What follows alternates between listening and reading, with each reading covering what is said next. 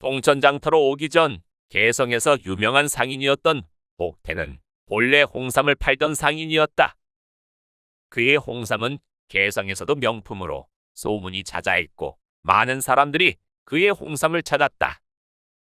복태는 사람들에게 건강을 되찾아주며 명성을 쌓았지만 어느 날 그에게 큰 사건이 발생했다. 개성 명품 홍삼, 천하의 정기를 담은 홍삼이 여기 있습니다. 피로는 가라. 힘을 되찾고 싶다면 한 뿌리 드셔보시오. 장터 한가운데서 홍삼을 팔던 그는 여느 때처럼 목소리를 높이며 장사하고 있었다. 그의 홍삼은 비싸지만 품질이 뛰어났기에 손님들이 끊이지 않았다. 오, 이거 정말 좋다고 소문난 홍삼 아닌가? 나도 한 뿌리 사볼까? 그렇습니다. 이 홍삼은 단순히 피로를 푸는 것을 넘어서 몸에 생기를 불어넣어줍니다. 이 홍삼을 드셔보시면 아주 여인네들이 바짓가랑이 잡고 늘어집니다요. 그러나 그날 복태의 장사는 평소와 달랐다. 한 손님이 그의 홍삼을 사갔는데 갑자기 돌아와 얼굴을 붉히며 고래고래 소리쳤다. 이봐. 이 홍삼이 뭔가 이상하잖아. 내가 이걸 먹고 더 힘이 나긴커녕 배가 아파 죽을 뻔했어. 뭐라고요? 배가 아프셨다니 그럴 리가 없는데. 제가 드린 홍삼은 최고의 품질입니다. 분명히 몸에 좋을 겁니다. 좋기는 뭐가 좋아? 이거 사기 아니야. 내 돈 내놔. 아니면 여기서 가만두지 않겠소. 그는 복태의 옷자락을 잡아챘다. 상황은 순식간에 험악해졌다. 이보시오. 제가 진짜 최선을 다해 홍삼을 관리했소이다. 무슨 문제가 있었는지 알아볼 테니 잠시만 진정하시오. 지금 진정하게 생겼소. 지금 당장 내 돈 돌려줘. 그 손님은 복태를 강하게 밀치고 그 소라는 금세 주변 사람들에게 퍼져나갔다. 다른 사람들도 호기심에 다가와 상황을 지켜보기 시작했다. 이건 뭔 일인가? 홍삼이 문제가 있나? 나도 저번에 홍삼 먹고 배탈이 났는데 또 문제가 생긴 건가? 복태는 상황을 수습하려 했었지만 한번 퍼진 소문은 걷잡을 수 없이 커졌다. 그날 이후 그의 홍삼은 개성에서 외면받기 시작했다. 고객들은 그를 믿지 않았고 그는 장사에 실패하게 된다. 이렇게 망할 수는 없어. 이대로 무너질 수는 없지. 다시 일어설 방법을 찾아야 해. 그러던 중 그는 통천에 대해 듣게 된다. 국밥으로 유명한 장터, 그러나 하나뿐인 주막이 그곳을 독점하고 있다는 소문이 들려왔다. 그래, 국밥이구나. 이제 홍삼을 팔 수는 없지만 국밥 장사라면 나도 할 수 있어. 이번엔 국밥으로 새로운 시작을 해보자. 그렇게 복태는 개성을 떠나 통천으로 향하게 된다. 홍삼 대신 국밥으로 다시 일어설 기회를 찾기 위해서였다. 늦은 오후, 동천장터는 언제나처럼 사람들로 북적거리고 있다. 유일한 주막, 덕팔의 집 앞마당과 그리고 바깥에 깔린 멍석 위로 사람들이 왁 들어차 있다. 국밥 냄새가 장터 골목까지 퍼져나가며 길게 줄을 선 손님들이 차례를 기다리고 있다. 이보시오, 주모. 이 국밥 속에 풋고추가 반쪽짜리로 들어갔소. 먹다 만 거 넣은 거 아니오? 주모는 익숙하다는 듯이 손을 흔들며 콧방귀를 낀다. 풋고추 좀 들어갔다고 뭘 그렇게 요란하게 구는 거요. 그게 맛의 비법인데 사내가 쪼잔해서리. 맛의 비법? 이게 무슨 장난이오? 국밥에서 풋고추 대신 돌멩이 나와서 깡냉이가 빠져도 똑같은 말 할 거요? 주모는 더 이상 대꾸하지 않는다. 이때 멀리서 걸어오는 육중한 모습. 바로 주모의 서방이자 동천에서 제일 가는 싸움꾼 덕팔이 등장한다. 누가 내 주모한테 감히 큰 소리 치는 거야? 새우젓장수는 움찔하며 몸을 움츠린다. 하지만 자신도 장터에서 잔뼈가 굵은 상인이기에 목소리를 죽이지 않는다. 그게 아니라 국밥에 풋고추가. 덕팔은 새우젓장수의 말을 듣기도 전에 그의 멱살을 잡아 들어올린다. 풋고추가 뭐? 국밥을 먹으려면 조용히 먹고 나가야지. 감히 내 주막에서? 덕팔은 새우젓장수를 마당을 가로질러 살인문 밖으로 던지듯 밀어낸다. 손님들은 숨을 죽이고 국밥만 먹는다. 모두가 속으로는 이 국밥 정말 엉망이라며 욕하지만 감히 입 밖으로 내지는 못한다. 덕팔의 눈빛이 그들을 지켜보고 있기 때문이다. 통천에서 덕팔의 이름이 알려지기 전 그는 여러 마을에서 싸움꾼으로 유명했다. 특히 한때 통천 근처에 사내들이 모두 모이는 큰 잔치가 열렸을 때 덕팔의 전설적인 싸움 실력이 드러난 사건이 있었다. 그날은 마을에 자랑스러운 사내들이 모여 힘을 겨루는 장날이었다. 농사꾼, 사냥꾼, 장사꾼까지 다양한 사람들이 잔치에 모여들었고 자연스럽게 남자들의 힘자랑이 이어졌다. 씨름대회, 발씨름, 주먹싸움이 벌어졌는데 그 중에서도 주먹싸움 대회가 가장 뜨거운 관심을 받았다.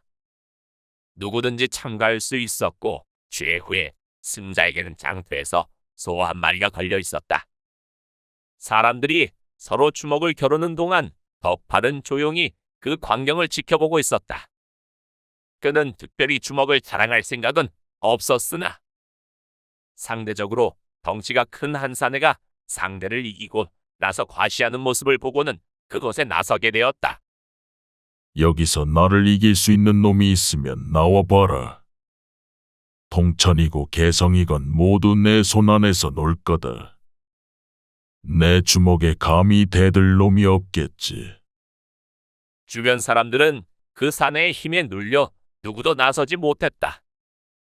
그때 덕팔이 천천히 앞으로 나왔다. 나도 주먹 좀 쓸 줄 안다. 나랑 한번 붙어보자. 사람들은 그제서야 덕팔을 바라보며 수군거렸다. 근육질 몸매와 거칠게 일렁이는 눈빛이 그가 만만한 상대가 아니라는 걸 느끼게 했다. 너 같은 놈이 내 상대가 될 것 같아. 좋다. 한번 붙어보자. 내 놈을 한 방에 끝내주마.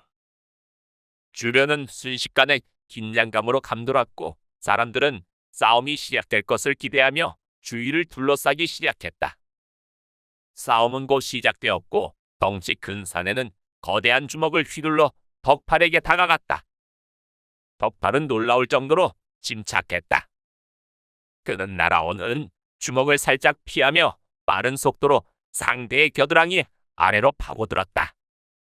그리고는 곧바로 상대의 허리를 꺾어 땅에 내리쳤다. 이게 뭐야? 사내는 정신을 차릴 새도 없이 바닥에 쓰러졌고 덕팔은 그 위로 올라타서 단번에 강력한 주먹을 날렸다. 그의 주먹은 명확하고 강력했다. 사내는 덕팔의 주먹 몇 번에 이미 기가 꺾였고 주변에서 지켜보던 사람들은 모두 놀라움을 금치 못했다. 저게 덕팔이라는 놈인가? 저 책으로 저렇게 큰 사내를. 이제 통천에 저만한 싸움꾼은 없을 거야. 누구도 저 놈한텐 상대가 안 되겠군. 그날 덕팔은 싸움 대회에서 당당히 승자가 되었고 그 후로 그의 이름은 통천과 그 주변에서 전설이 되었다. 한 마리를 차지한 것은 물론이고 그의 싸움 실력에 대한 소문은 날이 갈수록 퍼져나갔다. 덕팔은 그때부터 통천 제1의 싸움꾼이라는 이름을 얻게 되었고 그 명성은 이후에도 그의 주먹과 함께 계속되었다. 한편 개성에서 온 복태는 통천 장터를 돌아다니고 있었다. 그의 눈에 띄는 것은 덕팔의 주먹 하나뿐. 손님들이 먹다 남긴 국밥을 보고는 고개를 갸웃거린다. 이게 무슨 국밥이야? 밥에 물만 부었구먼. 이거 장사가 되는 게 더 신기하네. 복태는 국밥을 남기고 자리에서 일어난다. 장터를 둘러보던 그는 생각에 잠긴다. 이건 기회야. 이 동네에 제대로 된 국밥집 하나 차리면 손님들이 몰려들겠지. 그는 동천에 자신의 주막을 차리기로 결심한다. 한 달 후 복대는 드디어 통천장터에 자신의 주막을 열었다. 장날에 맞춰 문을 열자마자 손님들이 몰려들기 시작했다. 이거 국밥이 정말 맛있는데? 이게 진짜 국밥이지. 덕팔 주막이랑은 비교도 안 되는구먼. 이 집 국밥은 밥알도 제대로 익었고 국물도 진해. 소문은 빠르게 퍼졌고 하루 동안 복대의 주막은 인산인해를 이루었다. 그러나 그날 저녁 주막의 문이 열리더니 왈패 셋이 들어왔다. 그들은 일술에 취한 상태였다. 맨 앞에선 녀석이 목에서 가래를 끌어올리더니 국솥에 태 뱉어버렸다. 국밥에 우리 특제 가래가 들어가야 진짜지. 복태가 급히 달려나왔다. 이보시오. 이러시면 곤란합니다. 하지만 이미 덕팔의 호위무사격인 왈패들이 복태의 양팔을 붙잡고 있었다. 감히 내 구역에서 국밥 장사를 해. 자넨 목숨이 두 갠겨. 덕팔은 복태를 발로 차서 손님들 상으로 날려버린다. 손님들은 그 광경을 보고 도망치듯 주막을 빠져나갔다. 국솥에는 가래국만 남아있었다. 그날 복태는 눈물을 머금고 주막을 접게 된다. 이럴 수가. 하루 만에 문을 닫다니. 왈패들은 원래 통전장터에서 자주 문제를 일으키던 불안당 놈들이었다. 이들은 대서 일하기 전부터 이런저런 비열한 일들을 많이 저질렀다. 통천의 장날 그들은 술 기운에 한껏 취해 있었고 장터를 어슬렁거리며 또 다른 먹이 거리를 찾고 있었다. 오늘은 통천 장터에서 재미 좀 볼까? 저기 저 장사꾼들 돈을 좀 벌었을 텐데 말이야. 그래 복태 형님한테 상납할 때가 됐는데 그냥 지나칠 수 없지. 그렇게 말하며 그들은 장터 한 구석에서 소소한 장사를 하고 있던 한 상인을 향해 다가갔다. 상인은 자기 물건을 정리하며 하루 일과를 마무리하려는 참이었다. 이봐, 오늘 많이 벌었어? 우리 주머니가 좀 가벼운데 채워줄 수 있을까? 상인은 놀라 움찔했다. 제가 오늘 장사도 잘 안 돼서 드릴 게 별로 없는데요. 어디서 구라를 까고 있어. 상인은 겁에 질려 주머니에서 얼마 안 되는 돈을 꺼내 그들에게 건넸다. 하지만 왈패들은 돈이 적다는 이유로 불만을 표하며 상인의 물건까지 손에 들었다. 이게 뭐야? 장사꾼이 이 정도밖에 못 벌어? 에이, 다 가져가자.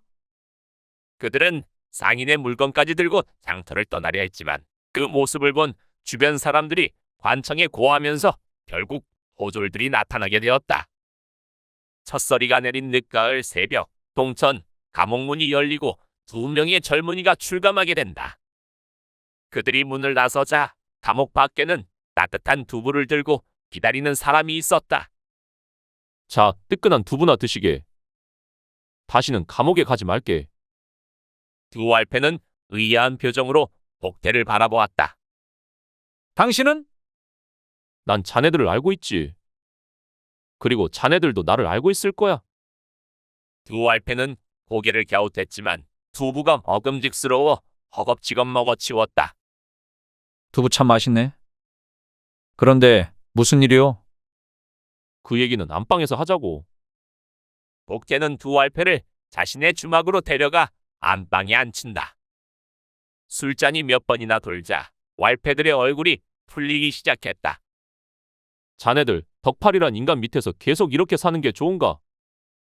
우린 딱히 다른 길이 없잖소. 그자가 자네들을 그저 이용하고 있다는 건 모르나? 왈패들은 고개를 숙인다. 이젠 무언 가게다는 듯한 표정이었다. 생각해봐. 나랑 국밥집을 같이 열어보자고. 너희들은 3알씩, 나는 4알.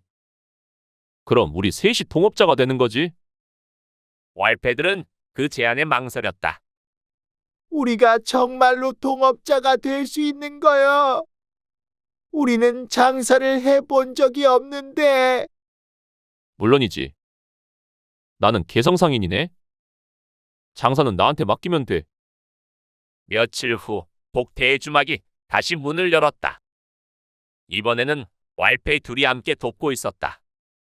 장날이라 주막에는 손님들이 가득 찼다. 국밥을 먹고 웃음소리가 여기저기서 들려오는 평화로운 풍경이다. 어서 오시오. 국밥이 금방 나옵니다. 맛있게 드시오. 오, 국밥 맛이 아주 제대로인데. 이게 진짜 국밥이지. 주막은 손님들로 가득 찼고 그들은 국밥의 맛을 칭찬하며 즐거워했다. 왈패들도 바쁘게 국밥을 나르며 활기차게 움직였다. 그때 주막 앞에서 큰 발소리가 들리더니 익숙한 인물이 주막 안으로 들어섰다. 바로 덕팔이었다. 내가 가만히 있을 줄 알았느냐? 주막 안에 있던 손님들이 깜짝 놀라 덕팔을 쳐다보며 입을 다물었다. 그가 등장하자마자 분위기는 급격히 싸늘해졌다. 덕팔은 눈에 불을 켜고 주막을 둘러보더니 복태를 향해 걸어갔다. 내 놈이 내 앞에서 또 장사를 열다니 감히 국밥을 다시 판다고. 그래 맛을 좀 봐라. 덕팔은 침을 뱉으려 했으나 이번에는 기다리고 있던 왈패 둘이 빠르게 나섰다.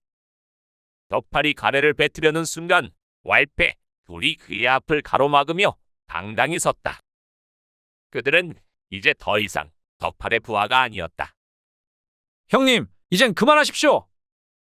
더 이상은 못 참겠소. 이놈들, 너희가 감히 나한테 배신을 해?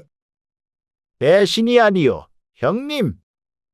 이제 우리는 제대로 살기로 했어. 더 이상 형님 꼬붕으로 살 순 없어. 덕팔은 믿기지 않는다는 듯 그들을 쳐다보았다. 자신의 부하였던 왈패들이 자신에게 반항하는 것은 상상도 하지 못했던 일이었다. 너희가 나를 배신해? 내가 너희들을 먹여 살리고 일도 시켜줬는데 이제 나를 버리겠다는 거냐? 형님, 그게 아니오. 우리는 형님 덕분에 살았지만 이제는 우리가 자립해야 할 때요. 계속 이렇게 살 수는 없지 않소? 내가 너희를 거둬줬더니 배신이라니. 이놈들 내 손에 죽어야 정신 차리겠구나. 왈패들은 서로 눈짓을 주고받더니 한쪽씩 덕팔의 꽉 양팔을 붙잡아 제압했다. 형님, 이제 그만하십시오. 지금 이 싸움으론 이길 수 없어. 이놈들 가만두지 않을 거다. 그때 뒤에서 기회를 엿보던 복태가 덕팔을 향해 빠르게 다가왔다. 이제 끝이네. 내 주막에서 소란을 피우는 건 용서할 수 없지. 그리고는 강력한 발차기로 덕팔의 사타구니를 가격했다. 덕팔은 그 충격에 얼굴이 일그러지며 주저앉았다. 그는 한동안 일어날 수 없었고 그 광경을 보고 있던 손님들은 숨을 죽였다. 덕팔은 한 방에 무너지고 말았다. 이제 덕팔도 끝이구먼. 드디어 통천의 평화가 찾아왔어. 이제 진짜 국밥 맛을 즐길 수 있겠군. 이곳이야말로 최고의 국밥집이 될 거야. 덕팔이 무너진 후 복태와 왈패들은 주막을 이어서 평화롭게 운영했다. 손님들은 더 이상 두려움 없이 국밥을 즐길 수 있었고 주막은 점점 더 번창해 갔다. 그날 이후 덕팔은 통천에서 모습을 감추게 되었다. 사람들 사이에선 그의 몰락에 대한 소문이 무성했다. 덕팔이 다시는 못 일어났대. 누워서 생활하다가 새서방이 왔다느니. 그렇게 큰 소리 치던 덕팔도 끝장이 났구먼. 복태와 두 왈패는 다시 주막을 열고 손님을 맞이한다. 왈패들은 이제 허드렛 일을 도맡으며 성실히 일하고 있다. 매달 결산은 정확하게 해야지. 3알. 여기 3알 가져가게. 우린 그냥 2알만 받겠소. 이게 다 형님 덕분이요. 그럼 나머지는 내가 가져가겠네. 왈패들은 미소를 지으며 고개를 끄덕인다. 주막은 평화롭게 운영되었고 손님들은 점점 더 몰려들었다. 이제는 우리가 통천의 주먹이 아니라 국밥의 대가야. 맞아. 국밥이 우리의 무기지.